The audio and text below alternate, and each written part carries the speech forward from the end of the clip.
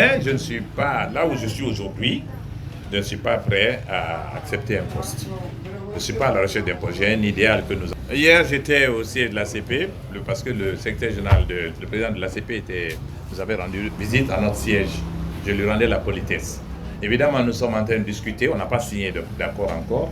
Nous sommes en train de discuter pour mettre en place, parce que vous savez, dans le cadre de la discussion actuellement, du moins du dialogue entre le gouvernement et les partis politiques, ils ont privilégié des groupements de partis sous forme de coalition.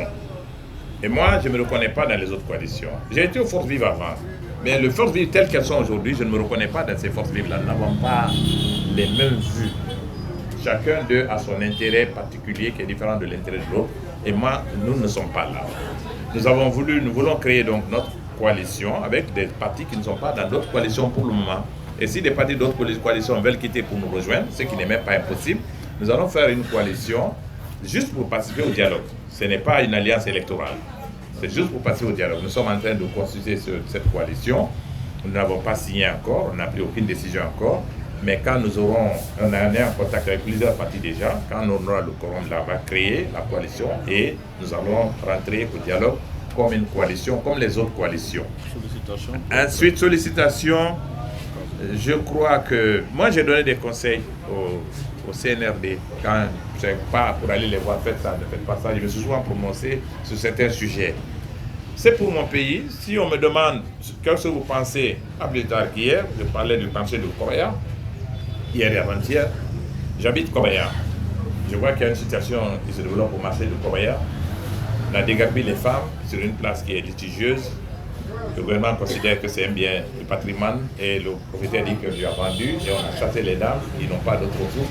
Ils ont créé un marché dans la rue. Je suis en train de faire une médiation avec le gouvernement afin qu'on trouve un marché pour ces femmes. Ça, c'est des choses que je fais sans crier sur les toits. Comme nous incarnons, j'ai engagé un mouvement avec un certain nombre de personnes et nous avons créé un parti politique. J'entends mener ce combat avec eux jusqu'à la fin.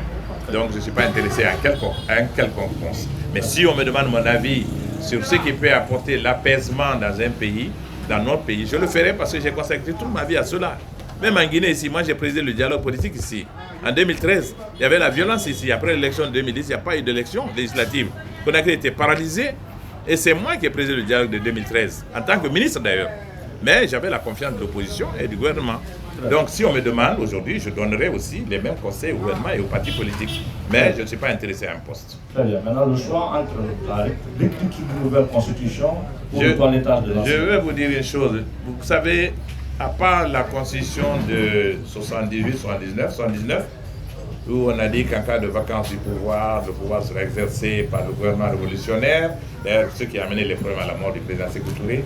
Toutes ces constitutions-là sont bonnes. La constitution de 2010, mais je vous dis honnêtement, nous étions là aux forces vives, comme maintenant. On était aux forces vives, et quand Dadis a été éliminé, on a mis Jean-Marie comme Premier ministre, et moi je suis devenu porte-parole des forces vives. Au sein des forces vives, nous nous sommes entendus parce que les bailleurs de fonds nous avaient dit qu'ils ne pouvaient pas financer 3 élections. Le référendum, les législatives et les présidentielles, ça coûtait cher. Ça, c'est un. Deuxièmement, les bailleurs la communauté nationale était pressée d'en finir avec le régime militaire. Donc c'est pour ça qu'on a eu une transition courte. Mais nous nous sommes mis d'accord que nous allons faire, le CNT allait faire une constitution qui était constitué pas comme maintenant, de tous les représentants de tous les partis politiques, la société civile et les professions libérales. Ils ont fait une très très très bonne constitution. Le régime précédent n'avait aucun intérêt à remettre cette constitution en cause, pour ma part. Mais s'il y a toilettage, on pourrait le faire, mais pas remettre en cause parce qu'elle était bonne. Pour moi, et je retiens, je le dis honnêtement, toutes les constitutions sont bonnes. Ce qui est le problème, c'est le respect de la Constitution. Si vous mettez la meilleure constitution que vous allez mettre sur la table ici, si vous mettez un président qui décide demain de modifier la constitution, alors ce sera le problème. Moi, président, si je suis élu sur une constitution, je respecterai cette constitution jusqu'à la fin de mon mandat.